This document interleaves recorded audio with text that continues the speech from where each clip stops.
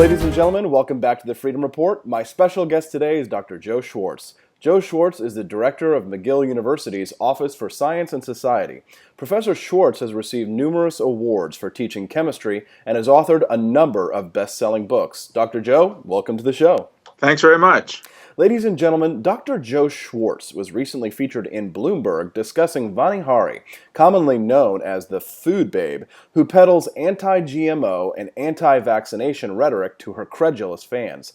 The food babe is famous for her campaign against the Subway sandwich chain, where she bullied the restaurant into changing their ingredients due to her claims that the bread contained the same ingredients that go into making yoga mats. She also made headlines for calling out Starbucks with a campaign against their popular pumpkin spice lattes. Are pseudoscientific quacks such as the food babe just harmless cranks, or is this a dangerous trend that needs a truth vaccination with extra mercury? Dr. Schwartz, Vani Hari has been extremely successful in getting her anti-GMO, anti-vaccine message out to the public. Why do you think her rhetoric is so popular? Is it just because she's an attractive woman? I don't think it's just because of that, although that is not a detriment. That gets her on many, many talk shows. I think that there is a danger here, not particularly in what she recommends. I mean, taking out azodicarbonamide from flour is not a big issue. But I think she plays the conspiracy card, and that, you know, food producers are all involved in somewhat trying to trick the public into buying poisons. She doesn't know what poisons mean or what the word toxic means. She just uses this randomly. And my main complaint about Vani is not that her heart isn't in the right place. I think it probably is. I think she wants to do good. It's the location of her brain that, you know, I'm concerned about. Because it really isn't filled with scientific knowledge. She doesn't have any scientific background. She has some undergrad degree in computers. And that really isn't enough to get into the very, very complex world of nutrition and toxicology and certainly genetics, of which she knows absolutely nothing. As becomes very, very evident as soon as you start reading her blog.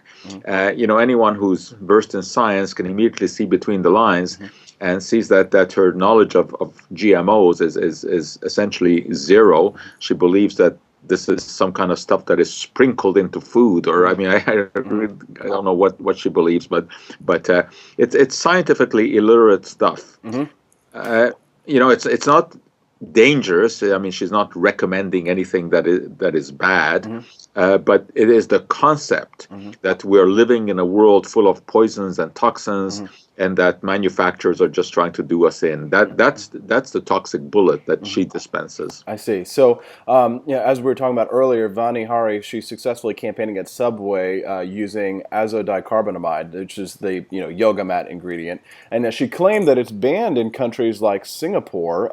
Is it dangerous? It isn't dangerous. We have very, very stringent laws about what kind of additives are allowed in our food. And no manufacturers have to jump through all kinds of hoops and hurdles before an ingredient is allowed. And so it is with azodicarbonamide. It is put into bread for several reasons. It acts as a dough conditioner. It allows the gluten to develop better in the bread, so it rises better. It also has a small bleaching function. But the amount that is present in bread is insignificant. We're talking about a few milligrams, 10 milligrams at most, which is nothing in comparison to what has been shown to cause potential harm in animals. And this is one of the mistakes that she makes. And, she confuses animal research with huge doses with what is present in our food. Yes, one can go through the scientific literature and find some study where massive amounts of azodicarbonamide given to some animal cause some kind of problem. But that has nothing to do with the trace amounts that are found in our food supply. The other really curious allegation she makes is that if something is used for a purpose other than food, then it cannot be used safely in our food. Right. This is just nonsensical. The risk-benefit profile of a chemical has nothing to do with where and how it can be used. It has to do with what we know about it and how much we have studied it. Just because sodium hydrogen sulfate may be found in toilet bowl cleaner doesn't mean that it can't to be safely used in baking soda or in baking powder. But to her, this equivalence that if a chemical can be used to formulate bubbles in a plastic yoga mat, this already means that it's guilty and therefore cannot be used in our food supply. I mean, this is just absolute bunk, and it smacks of just a thimbleful, maybe not even, of scientific knowledge that she has. One common saying we've been hearing from the food babe and some of her supporters is we shouldn't eat anything that we can't pronounce. Right. What's your take on that?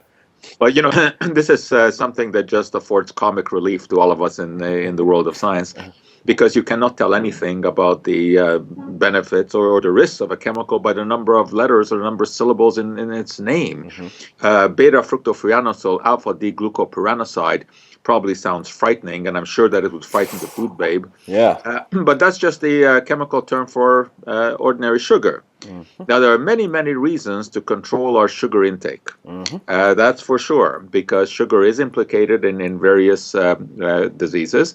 However, the fact that it has many syllables in its name is not the reason to avoid it. But of course, this is very neat fear-mongering. And that's exactly what she is into. And of course, she is into also profiting from it, because on her website you can buy all kinds of stuff.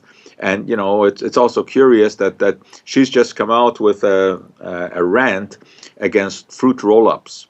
Right.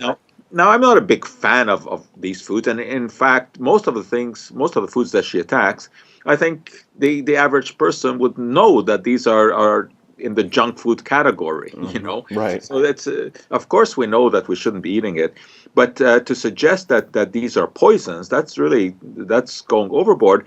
And then I look at the stuff that she's selling, and she's actually recommending some sort of gummy bears, or I guess gummy alligators, little alligator-shaped things on her website as an alternative to fruit roll-ups. The fact is, I checked the nutrition profile. There's more sugar in those, about 3 times as much sugar than in the fruit roll-ups. But the sugar, as the claim is, comes only from concentrated fruit juices. Well, so what? Sugar is sugar. It doesn't matter where it comes from. And the big marketing feature, I think, as far as she's concerned about those gummy alligators, is that they contain no gluten. Well, of course, they contain no gluten. They're not made of grain. Yeah.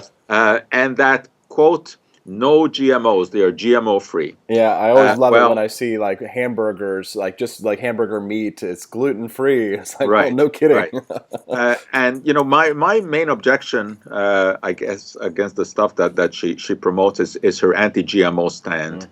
The rest of it is kind of fluff. I mean, whether or not there's azodicarbonamide in our bread really is immaterial. But creating this fear of genetically modified foods is very material, because this technology has great hope for the future. We know that there's massive vitamin A deficiency in the world. Of course, not here, it's in the developing countries. And advances like golden rice have a chance of putting a dent into that problem. No, they're not going to be the total solution. No one is suggesting that genetic modification is the answer to the world's nutritional problems. It's a tool that can be used. But, when people get scared of it, then of course we lose the chance of using that as a tool. And she is instrumental in creating such scares by outright nonsensical insinuations. For example, chocolate. Well, there are of course reasons to not eat too much chocolate. But what's her argument is that an emulsifier used in chocolate called lecithin, which is used in very, very small amounts, can be made from corn, and that corn may be genetically modified. Therefore, according to her, the chocolate contains GMOs and should be avoided. Now, I definitely want to get into GMOs in just a second, but I want to ask you one question. Most of these food manufacturers and these restaurant chains seem more than willing to sort of pay her off through consulting fees, right? And they're doing this rather than fight her. Do you think that that's a mistake, that the industry needs to start standing up to these kinds of people and their bullying? I think it is. I think promoting something that's wrong is never right, even if the goal is justified. So, I'm not arguing against getting rid of many of these junk foods. I think it should be limited. However, you have to use proper scientific arguments. Now, she's not alone in this. You look at someone like Jamie Oliver, the British chef, who came to America to find a solution to the cafeteria problems in our schools. A very admirable goal. And to tell you the truth, I like Jamie. I think he's a neat guy. I think he tries to do the right things. However, when he suggests that we should be staying away from ice cream sundaes because it contains human hair and because it contains shellac and because it contains beaver gland extracts, that's ridiculous. That's ridiculous. We should be staying away from ice cream sundaes, not totally, of course, but we should curb our intake because of the high fat content and the high sugar content, not because it might contain some shellac. Right. So saying the wrong things scientifically, to me, is never the right way to go about it. We have to approach the nutritional problems we have, and we have. We do consume too much salt. We do consume way too much sugar, and our fat intake also is probably too much. Right. But we need to address this on proper scientific grounds, not through hearsay, certainly not through emotion, and not through the silly scientific illiterate words that she spews. Now, there has been some pushback against the anti-GMO activists in general, but they're still gaining traction. There was a push by celebrity scientist Neil deGrasse Tyson, who got a lot of flack for coming out against them. Why do you think there's so much fear about GMOs in general? And do you think it's because these activists are smoking too much genetically modified marijuana, maybe? I think it comes from a lack of understanding. Ignorance breeds fear. And the concept of biotech and genetic modification is not an easy one to get across to the public. Most people do not have a feel for what a gene is, what it does, and the technology itself is actually quite complicated technology, difficult to describe to anyone who has no scientific background. But I think one of the main reasons that people fear this technology is because they don't see any personal benefit from it.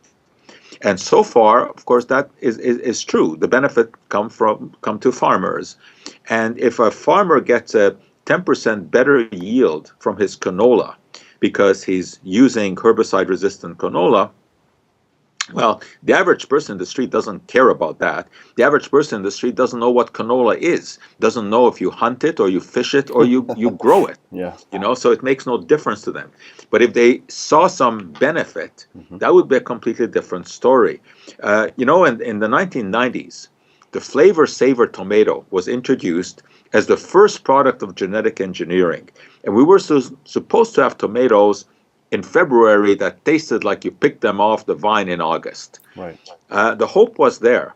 Unfortunately, it wasn't delivered.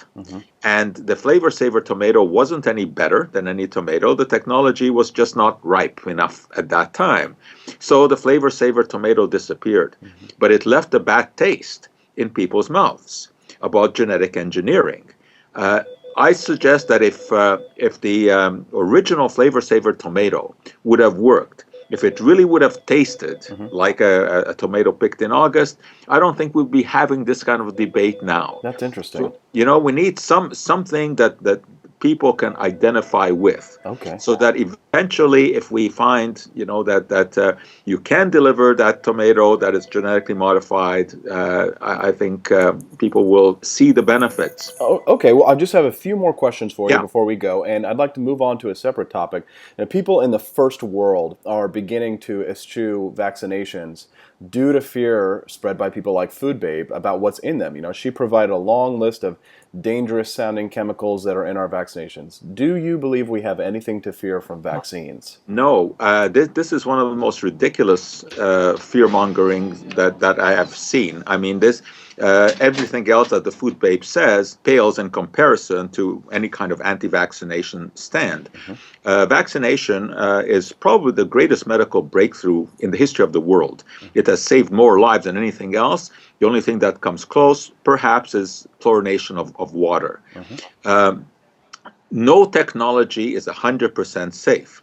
Nobody says that there cannot be rare complications to vaccination. But the benefits so far outweigh the risks that it isn't even discussable. And, even if you would give in to the nonsensical argument that vaccination is linked to autism, which it isn't, numerous studies have shown that that is not the case. Even if it were the case, the benefit would still greatly outweigh any kind of detriment. Right. Millions of lives have been saved. And now we are already seeing epidemics of measles. We're seeing whooping cough, something that we haven't seen for decades. And it is all because of people fearing vaccination. And, it's just going to get worse. Right now, the problem is still not huge, and the reason is because we have what is called herd immunity. We still have enough people vaccinated so that we're not getting epidemics. But if it starts to decrease, we're going to see huge problems in this area. So, while I don't take such a big issue against her silly railing against fruit roll-ups or coffee, this is a very serious business. Recommending that people do not vaccinate is going to affect others as well. It doesn't only affect the person who's not vaccinated. Right. A recent headline from The Atlantic showed that vaccination rates in wealthy Los Angeles are as low as South Sudan's. Several schools in the area are reportedly at high risk for outbreaks. Do you think that the tide is only going to turn when we see kids dying from polio again? Unfortunately, that is the case. And people just are not aware of the benefits of vaccination now because they have grown up with those benefits. I mean, I remember, when I was in elementary school, we still had kids in my class who had polio. I mean, we don't see that anymore. People don't realize that vaccination has completely wiped out a disease. That disease is smallpox. It no longer exists. It's been completely wiped out. So the benefits dramatically outweigh any kind of risk. But of course, the anti-vaccine people will take that small smidgen of risk and blow it completely out of proportion. I think we have to understand that nothing in life is risk-free. Everything is a question of evaluating the risk-benefit ratio. And when you look at vaccination, there's just no contest in the risk-benefit ratio. So I think people like Andrew Wakefield, who published that paper in the Lancet, essentially accusing vaccination of doing harm, these people have done a great disservice to the public. And of course, exactly what the motivation is somewhat of an open question, but that paper was withdrawn, and there have been allegations of fraud involved in the research as well. All right, so one last question. This is big picture. You're a pretty media-savvy science professor, Dr. Joe. You've been on the Discovery Channel and on television quite a bit, but it's pretty safe to say most scientists probably aren't. Now, how can science dorks compete against crazy quacks who have charisma and sex appeal? You're absolutely right. And these, quote, crazy quacks also are trained in how to talk to the media. They're very savvy about that. Whereas most researchers are very happy to work in their labs and their offices and not be interviewed. In fact, very often they're scared of being interviewed because they're scared of somehow their words being taken out of context, and also because they don't do this very commonly. They're not very good at explaining, and they don't really realize how specific the language is to their research. If you speak to someone who's doing research in genomics or any some aspect of biotechnology, they of course use words in their everyday language that become extremely common but which are totally foreign to the average person. So when you hear an interview with a research scientist, it doesn't sound very convincing and it sounds almost incomprehensible. Whereas people like the Food Babe, who have essentially zero knowledge, are very media savvy. And they know how to parrot the words that they've read on the internet, from pseudo experts like Mike Adams and Joe Mercola, the fearmongers out there. But they're very adept at couching those words in pseudoscientific lingo. How do you fight this? Well, we just have to keep trying. We have to get more and more scientists out there speaking and get them to think about how to interact with the media and how to get the message across in a way that is understandable and take away all of the complex language. Seems like you're a perfect example for that. Professor Schwartz, Director of McGill University's Office for Science and Society. Professor, thank you very much for your time today. Well, thanks very much.